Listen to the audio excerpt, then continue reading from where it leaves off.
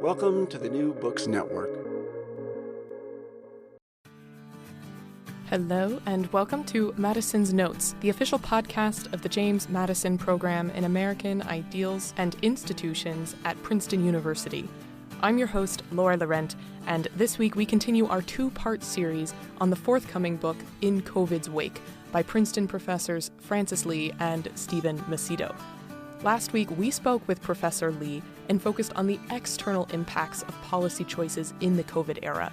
We touched into the importance of conducting a critical analysis or post-mortem on the system, regardless of party or political association, and the ambiguity that can arise in scientific research, and how that was or was not dealt with and communicated within the COVID context. This week, we will be speaking with co-author Stephen Macedo to further understand the internal mechanisms of how key messages about the pandemic were inhibited or changed, and for unclear purposes.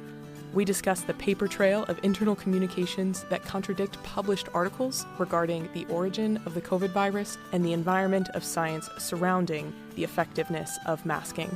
Professor Macedo gives us more details about the critique of specific experts in the COVID crisis, but maintains that experts and expertise is an integral part of nonpartisan deliberation. Finally, at the end of our two-part series, we discuss what steps or strategies you can use to keep your head above the overwhelm of conflicting information in a crisis like the COVID one.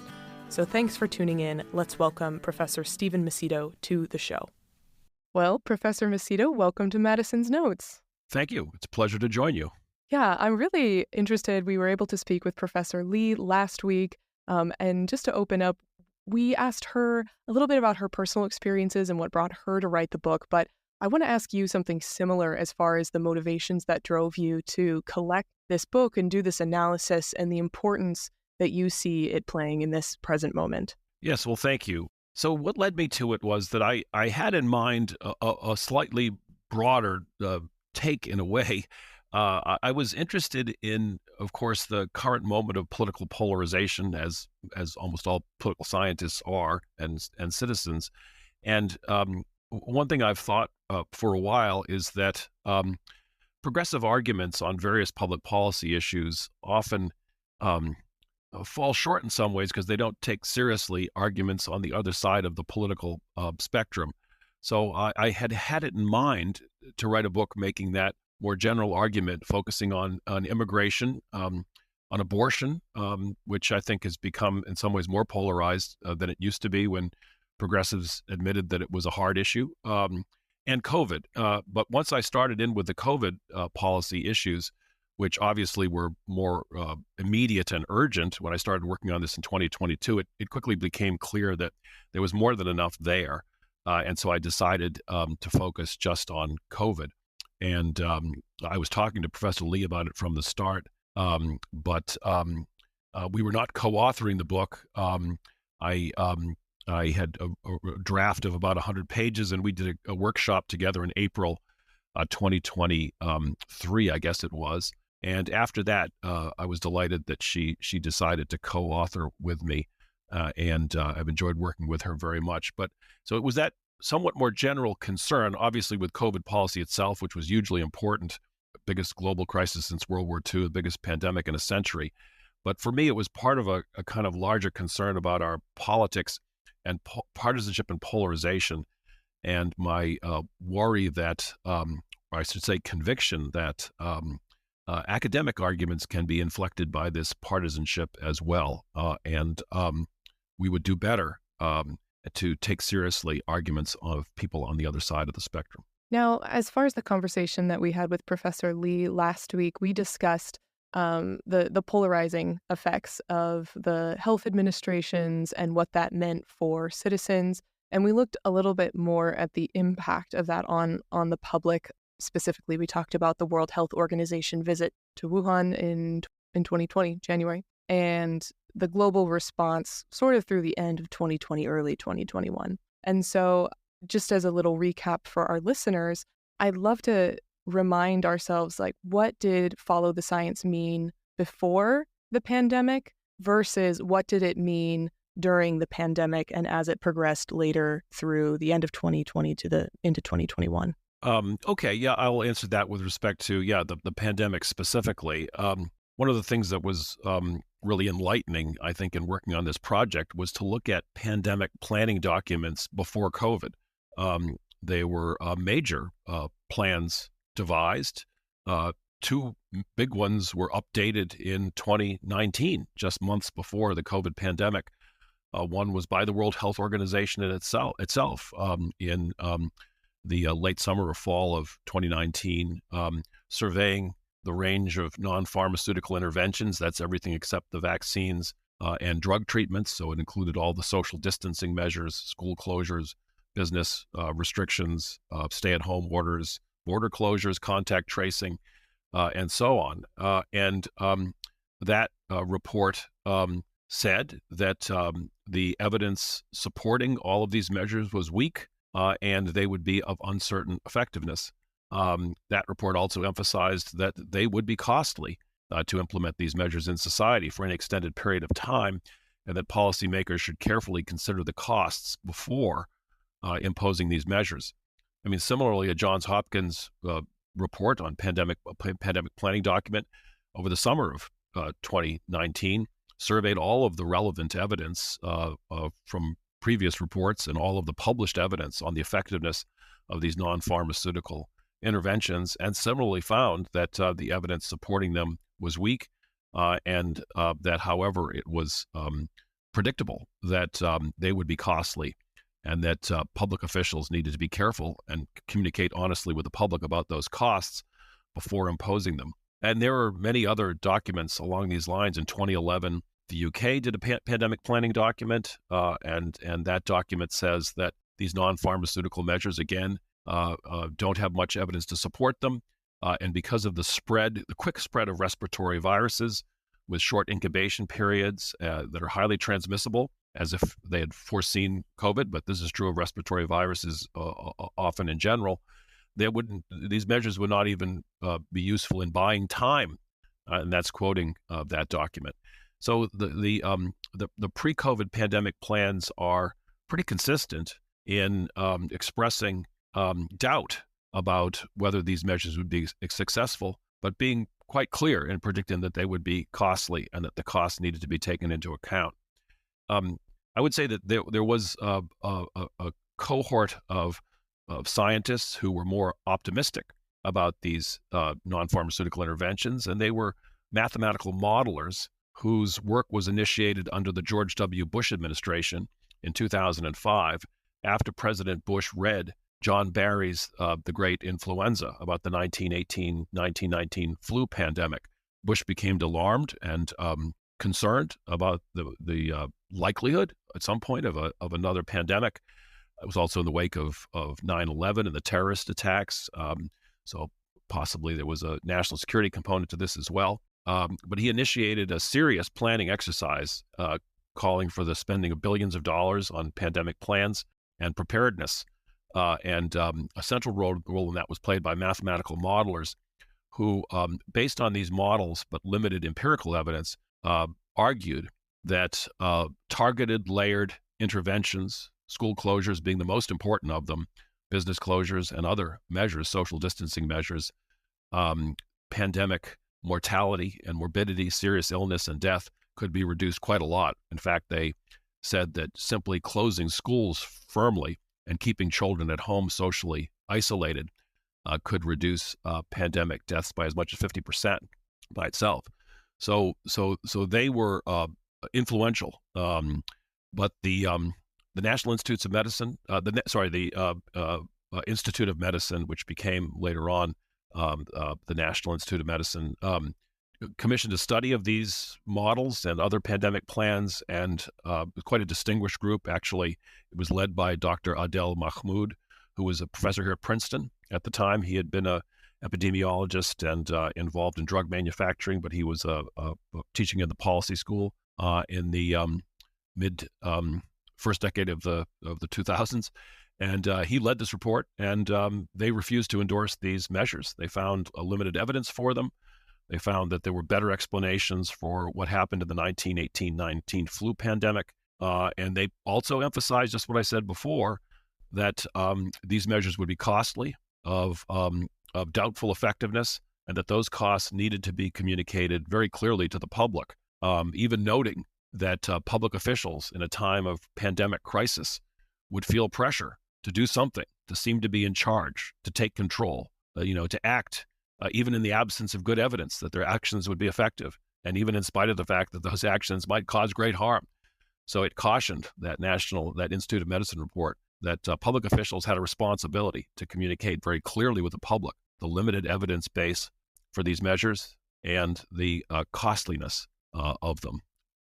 So that's a kind of background of the state of, you can say, science, because these were scientific documents. They were studies conducted by teams of people surveying all the available evidence concerning non-pharmaceutical interventions before COVID. Mm-hmm.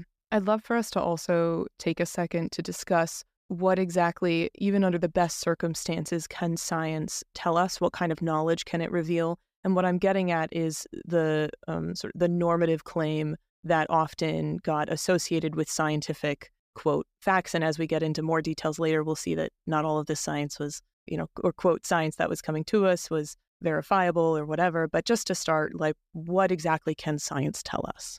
Well, I mean, scientists can inform us empirically about the nature of diseases and their characteristics. It can provide evidence. Sometimes the evidence isn't particularly good, and sometimes it's uncertain. And one major question that ran through public health messaging during COVID was how to communicate uncertainty, or whether to communicate uncertainty. That became a major issue. But science can tell us, very clearly about some things, and with some range of doubt about other things. And as I've said, with respect to these pre-COVID pandemic plans, the scientific evidence suggested great uncertainty as to the effectiveness of these measures. In fact, I could just give you one other little tidbit. Well, I think we'll come to the mask issue later, but in 2019, Dr. Anthony Fauci was asked, before COVID, what should we do in the event of another pandemic? His interviewer asked him, should we wear masks? Should we do this? And Fauci immediately interjected and said, no. Don't do that paranoid stuff, referring to wearing masks. Just keep healthy, get a good night's sleep, don't drink too much, just do the normal healthy things. So he knew then, and other informed people would have known that there was great uncertainty around those measures. So science can give us, for sure, I mean, a clear picture of some things, a less clear picture of other things, but it informs us in making policy about scientific questions, public health measures, and other things. But science can't make policy for us. So there was a fundamental flaw in the slogan, the mantra that became so common during COVID: follow the science. Policy choices about social distancing or school closures or even vaccine mandates, as opposed to the effectiveness of vaccines, raise ethical, moral questions and trade-offs about costs and benefits, winners and losers. Science can't address those questions for us. So I think there was very clearly too much investment of decision-making authority, and not just in scientists, but in narrow experts in virology and epidemiology, who were experts of course, in the nature of diseases and their spread and the course of their pathology and so on, but did not have broad enough expertise to weigh the costs and benefits very broadly of public policy measures. And those required not just empirical judgments of a very broad sort concerning costs and benefits, but moral judgments concerning how to weigh, pandemic restrictions versus the freedom to worship on your day of worship, or freedom of association of other kinds, or restrictions on your ability to visit your ailing parent in a nursing home, or the cost of not being allowed to have funerals. Scientists can't weigh those sorts of things.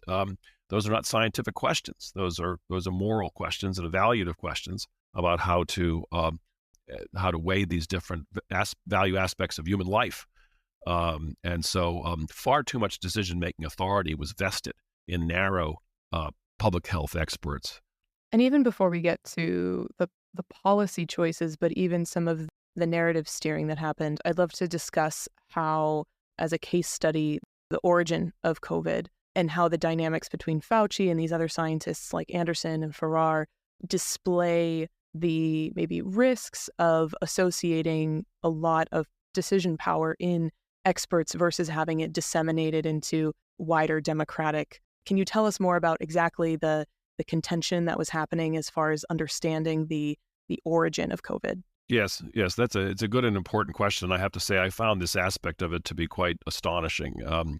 It's a bit like a detective novel, but in any case, what we now know quite a lot, because freedom of information requests have required the disclosure of emails sent privately and Slack messages. Slack being an inter-office communication tool, which I'm not familiar with.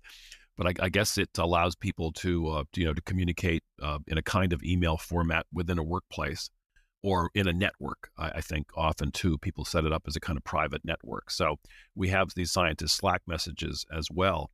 So what happened was that after the COVID pandemic was found and reported in China, a new coronavirus, a novel coronavirus, not the first. Maybe the fifth in circulation. So coronaviruses were known. A scientist by the name of Christian Anderson at the Scripps Institute in California came across a research paper from some years before, which, as he put it in these messages that we've seen, looked like a how-to manual for designing the coronavirus, the novel coronavirus. By this time, they were aware of the genetic sequence of the virus, so that provided some clues. So he immediately contacted an associate and a friend of his, another epidemiologist by the name of Eddie Holmes. And we have the emails. His email message to Holmes was, "Eddie, can we talk? I need to be talked off the edge of a cliff here." The reason being that we knew the virus had originated in Wuhan, and they knew that Wuhan was home to China's leading bat coronavirus research institute. So he talks, yes, he put two and two together, and got four. So he talked to Holmes, and they conferred. And at that point, Holmes got in touch with Jamie Farrer, who's head of the Wellcome Trust, I think the biggest non-U.S. funder of health research in the world. It's a large health funding charity trust in the U.K. Farrer is very well known. He was promoted after this whole episode to be director of medical research at the World Health Organization. He immediately got in touch with Anthony Fauci and Francis Collins. Collins, of course, was Dr. Fauci's boss at the National Institutes of Health. Fauci headed the National Institutes of Allergic and Infectious Diseases within the National Institutes of Health. And they hurriedly arranged a phone call with Anderson and others. They enlisted about 12 other scientists who were experts in this area.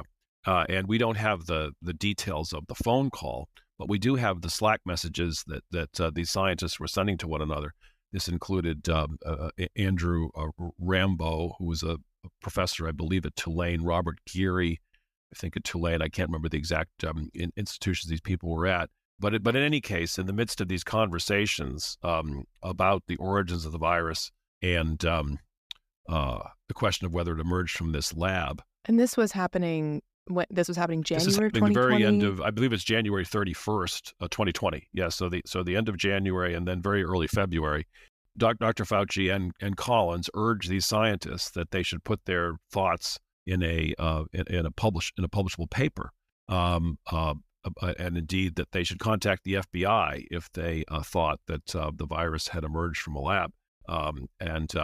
There was some discussion of levels of proof that were required, and indeed a sort of a standard of criminal proof was set out beyond a reasonable doubt, which was a bit surprising. So it was just a scientific hypothesis. It wasn't a criminal charge. But in any case, in the midst of this conversation, it seems that Anderson and Holmes and others decided that they would publish a paper arguing that the virus did not emerge from the lab, but rather emerged, that the preponderance of evidence suggested that it emerged from nature. That was the nature of the Proximal Origins article that they published just a few weeks later. And actually, draft versions were published online even in, I think, mid to late February, that same year. However, while resolving to publish an article arguing that the virus emerged from nature, from a pangolin or a raccoon dog, these were the suspects later, but emerged likely from nature rather than from the lab, they were sending each other messages saying things like, and this is a quotation, it's just so friggin' likely it came from the lab. And also saying things like, I hate it when science is politicized, but it's just impossible not to in this circumstance. And another one said, imagine the shit show if someone suggested that the Chinese had originated the virus in a lab, even if it was an accident. Of course, no one suggested it was anything other than an accident, really. But in any case, those were the messages they were sending each other. They did publish an article. Anderson himself described it as attempting to disprove a lab origin for the virus. We describe all of this in the relevant chapter. And that article was widely cited. It was touted by doctors Fauci and Collins as if they had no knowledge of it, just as a sort of independent piece of evidence suggesting that the virus originated in nature. And then, of course, it turned out that Christian Anderson had a grant proposal awaiting approval from the National Institutes of Health. Dr. Fauci was the last person to sign off on it, which he did in April, I believe, and I think the grant was approved in May of 2020. That may not have been the motive, but the fact is that was pending. What's equally astonishing about all this is that it's a vexed question, and I don't think there's certainty, but actually some people do feel there's certainty on the other side, or virtual certainty. Is that the extent to which the question, which is important, is still not being treated fairly. On February 21st this year, 2025, Nature published a commentary with the headline that evidence is building for natural origin for COVID. They quoted 6 scientists in that commentary, all 6 of them proponents of the natural origin, and they included Christian Anderson and various of his co-authors. And those are the only people that the Nature commentary publishes. They don't quote or cite or discuss anyone on the other side. So it's entirely one-sided. And if anything, I think any sober-minded examination of the evidence would suggest that the opinion among scientists has been switching in favor of a lab origin, just as the FBI and the CIA and others have drawn that conclusion with some, not certainty, but some level of certainty. So it's misleading and one-sided, and I don't see how a credible scientific journal could have published a commentary like that unless it was engaging in a political argument, in effect, not a scientific argument. And so that's very worrisome. And Nature is a leading scientific journal. When our colleagues at Princeton here publish in Nature, that's considered a real, kudo. Looks really good on their resumes. So it's supposed to be an objective scientific journal. But this issue has been highly politicized. It remains politicized, and that Nature commentary is further evidence that persists. Yeah, there's obviously some shady things going on, but what difference would it make if it came from a lab versus if it came from the natural evolution of a virus like this? Like, what could have been the political motivations or the conflict of interest motivations that would have spurred this change in direction and significant shift to consistently support a nature-based evolution of the virus? Right.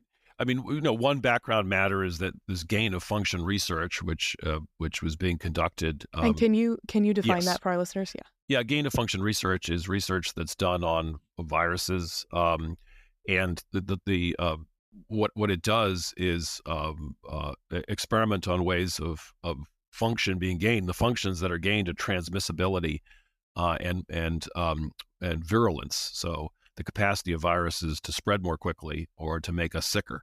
I mean, those are the functions that gain-of-function research is most concerned with. And of course, those are the functions that are most concerning to us in terms of our worries about serious illness. So this gain-of-function research, which has been conducted for some time, is controversial. It's controversial among scientists. There are fundamental questions about whether the risks are worth the benefits.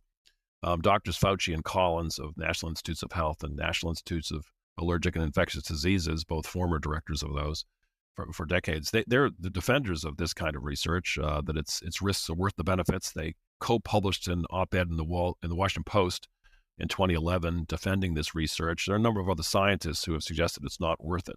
So there's that big background question about whether we really have enough to gain from making viruses more virulent and more dangerous to us. The thought being, I think, that we can anticipate treatments. There are also viruses that infect animals, including pigs that we consume. So there are also agricultural, I think, spin-offs from this kind of research.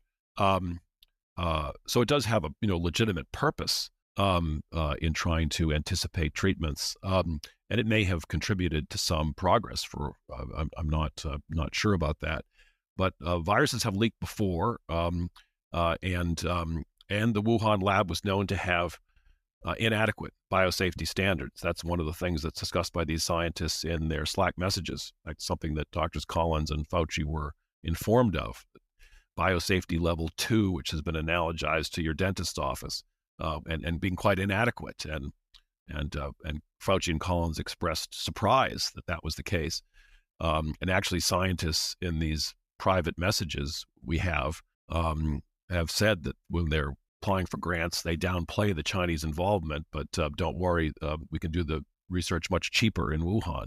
One of the reasons they can do it much cheaper in Wuhan is because the safety standards are more lax. But in any case, another aspect to this that's obviously implicated people's interests, and not just quite apart from the public interest in having the truth, is that it does appear that the National Institutes of Health and the National Institutes of Allergic Infectious Diseases did fund research in the Wuhan lab indirectly through something called the EcoHealth Alliance, which is a nonprofit in New York City that helps to support various kinds of health-related research, so that was also a factor here. There's emails informing Dr. Fauci of this fact of the funding via EcoHealth Alliance, and this may well have been another factor that played into their reluctance to have the origins of the virus tied to the lab. And more and more evidence has leaked out about this, but that certainly implicated American government officials in helping to fund what was evidently dangerous research. Whether it led to this specific virus or not, there are some people that feel quite confident that research of the sort that people were seeking to do may well have led to it. There was a grant proposal called to the defense to DARPA, the Defense Advanced Research Project Association, I think that's what it's called, or agency rather, which sought funding to create a virus much like the coronavirus, which was not funded. I believe it was in 2017, but there's speculation that the scientists who made the grant proposal may have gone ahead and done it anyway, because that grant proposal, again, appears to be very similar to the manipulations that are evident in the novel coronavirus itself. So we have a chapter on this, and it's an evolving story, but it's important, both because of the sake of asking whether we were told the whole truth about these matters, but also because the research itself is a matter of public interest. There are scientists who think that the dangers of creating a virus that would be even more transmissible or even more deadly than COVID, and certainly there have been a number of them, is a great threat to humanity on a par with nuclear war or nuclear weapons. So these are matters of ongoing public interest, which we need to understand. I mean, obviously, if COVID emerged from a lab leak and research, that was manipulating viruses to make them more transmissible and more deadly, that itself changes the nature of the story, and the public has an interest in knowing for sure. Yeah, I mean, so much of the pandemic, as I remember it, was geared towards trusting the experts on what they were. And now with this story, it's like, oh, the experts might not have had our best interest in mind. There were these competing interests. What is to be gained or lost by transferring power and sort of absolute trust to experts when it comes to policymaking? Yeah, look, we need experts to inform policymaking. There's no question about that. We're not skeptical about expertise. We believe in expertise. We ourselves are scholars. We study things. We study them hard. We pondered difficult and hard questions, at least try to, for the sake of getting a clearer view of public policy questions and also value questions. I'm a political theorist. I think we understand justice better than we used to. I think we understand various dimensions, moral dimensions of public life better than we used to. And of course, we also understand empirical dimensions of public life better than we used to. So when it comes to economics or science or public health, political science, and so on, we believe in expertise for sure. But in some cases, experts will have their own interests in stake, and that certainly could be the case in particular agencies where experts can have vested interest in the power and the authority of an agency. It's also the case that experts will have a profound interest in protecting their own reputations in the face of possible suggestions of error. The currency of scholarly expertise and expertise generally is reputational, so that also is a powerful motive.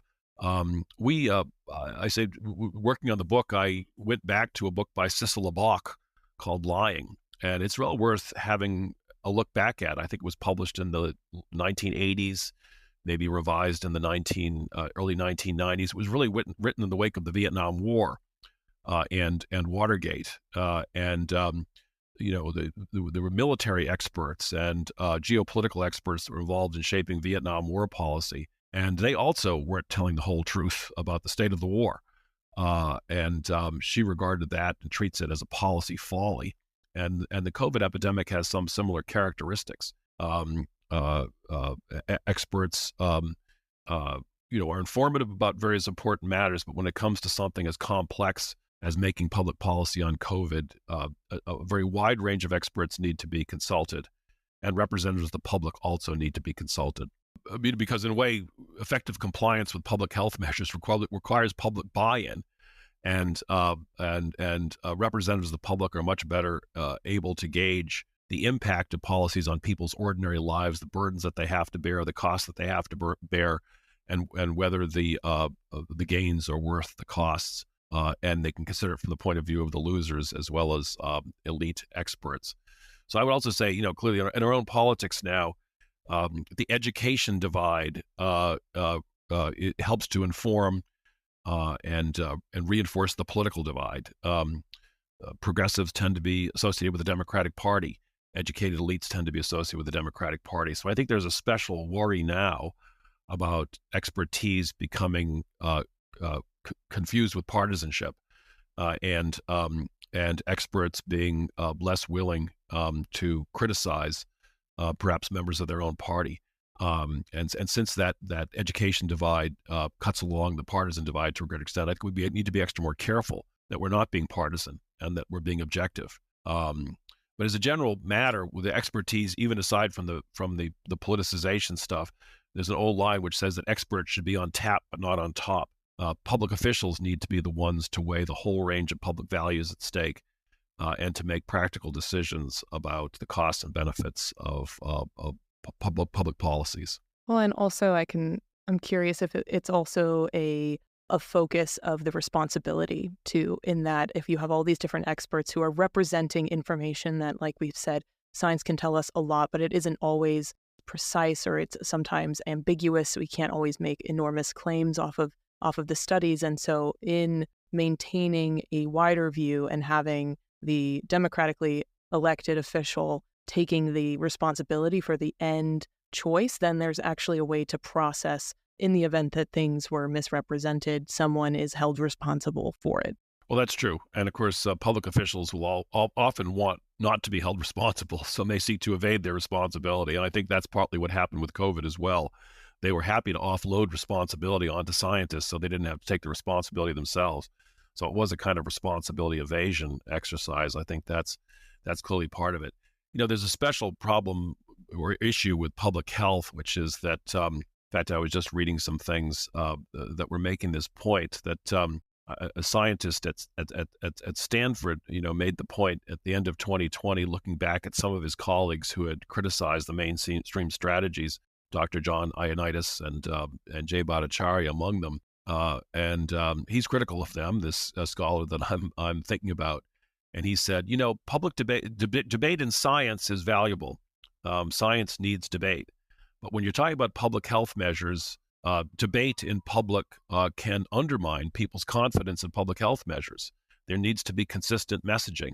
And I think that was part of what went on here, which is that when it comes to public health, the thought is that for public guidances to be effective, they need to be unambiguous, clear, and categorical.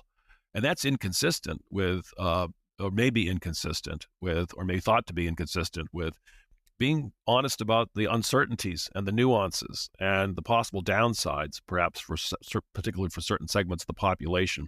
So, I think one of the fundamental questions to come out of the debate is: do public health experts and other experts in making policy nevertheless owe the public the truth, the whole truth, about the uncertainties and the possible downsides?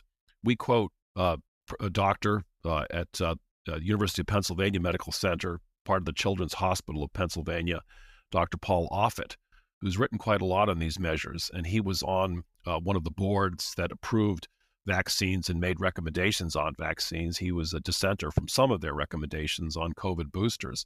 But he's quite emphatic in looking back on COVID to say we lost a lot of public trust by not being honest with people about uncertainty and not being clear with people that there were some side effects, some risks of side effects of the vaccines for some segments of the population. It appears young males in particular. By not being honest about these things, people had other ways of finding out the truth. There's lots of online platforms that publish these findings. And so his conclusion, and we agree with it, is that the best policy, the most respectful policy, and the policy that experts owe the public is to tell the whole truth with nuance. And that includes levels of uncertainty and possible risks. I think a lot of trust has been squandered by not being frank with the public, not treating the public as people who are owed the truth. And have the capacity to manage it. And have the capacity to make their own decisions. Now, mistakes might be made and so on. And you can understand in a sense, there were certainly paternalistic motives here, but also motives of public concern. But we feel strongly that no one authorized these public health officials to lie to the public, first of all, to mislead the public, to not tell the whole truth.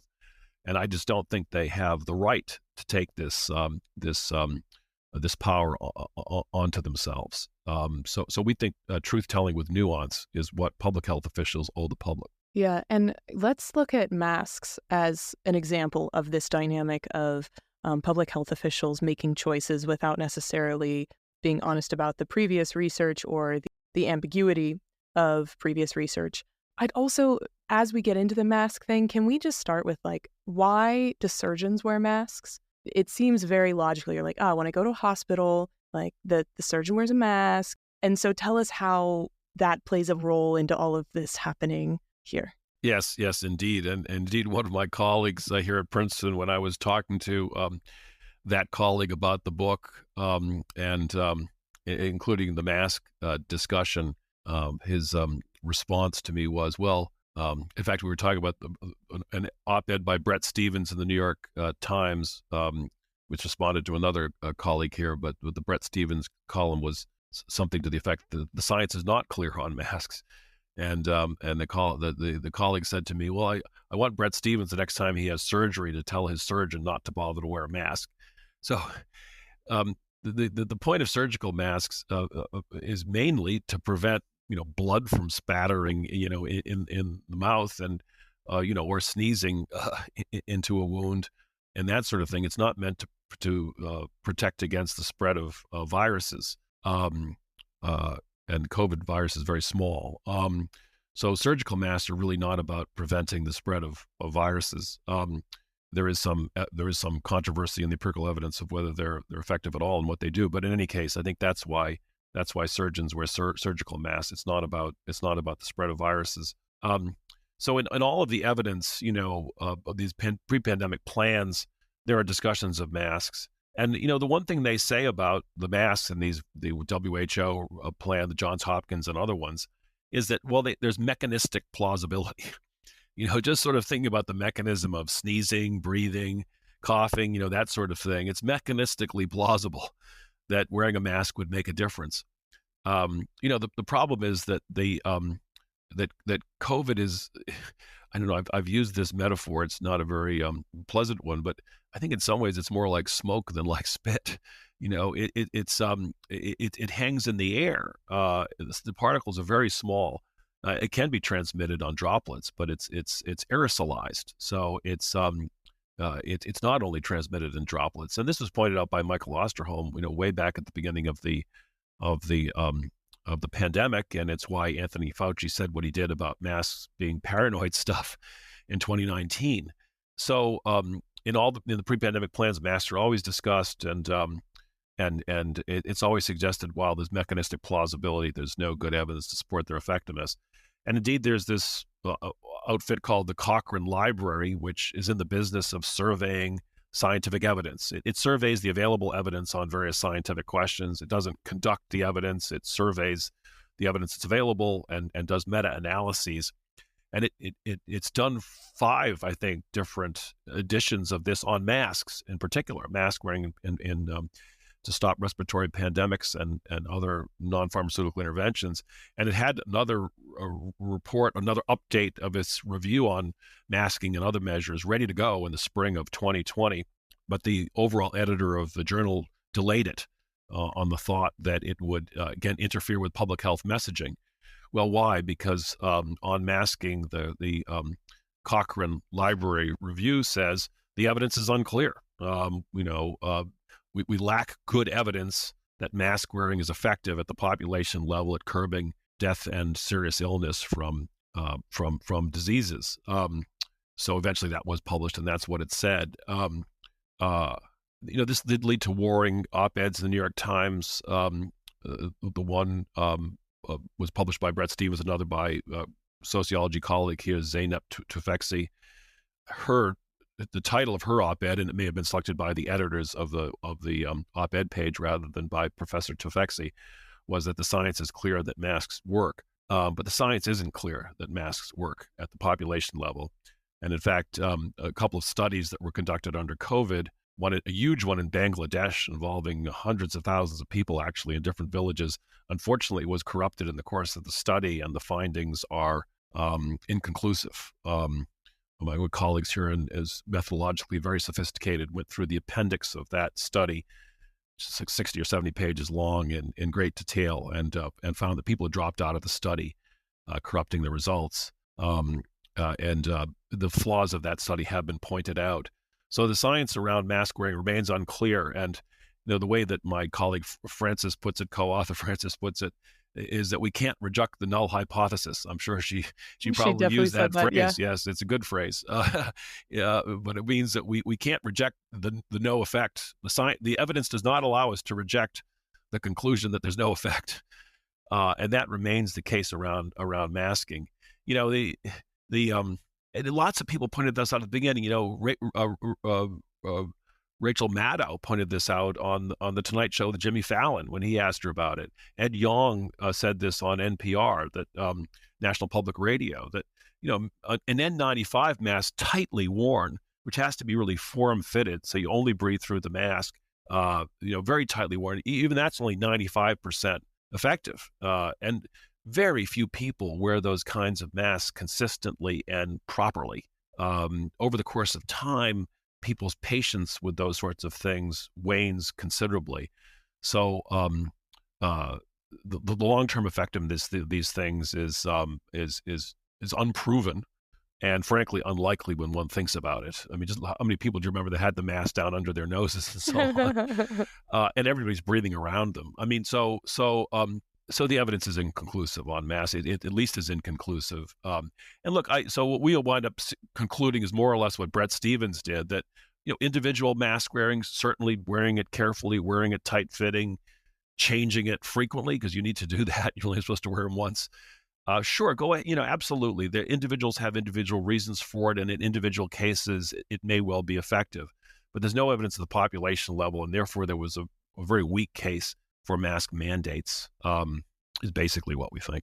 Well, Professor Macedo, so I'm really enjoying this conversation. There is so much information to glean, to research, and if this is a surprise, if these are surprising messages, if these are not surprising messages, your book details so much more of the actual research. So I highly recommend readers to go and check that out. But I want to conclude our conversation with a question that's a little bit more about the individual position towards academia or the, quote, experts, policy, media, just an internal disposition of this is kind of a sickening amount of information. And when COVID came, it's a terrifying thing, right? It's this aerosolized or even mystery disease that's floating around. You don't know how you're going to get it. You don't know how you're going to give it. You don't want to go kill your grandma, but you also don't want to be killed by somebody else. And just the heightened fear definitely played a role. But as far as what you might give advice to a person trying to engage with their community and politically, what is a stance or a position that they could take internally to help them navigate the fact that there's constantly ambiguous terms being presented as definite guidelines? There's consistently ulterior motives in the messaging that may or may not be making it to them.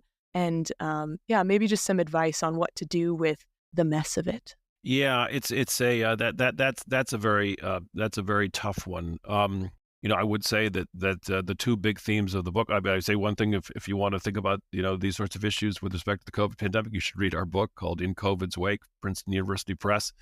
Out March Macedo 11th. and Lee, out March 11th. Yes, very, very modestly priced and well worth it. An excellent gift item too for your friends.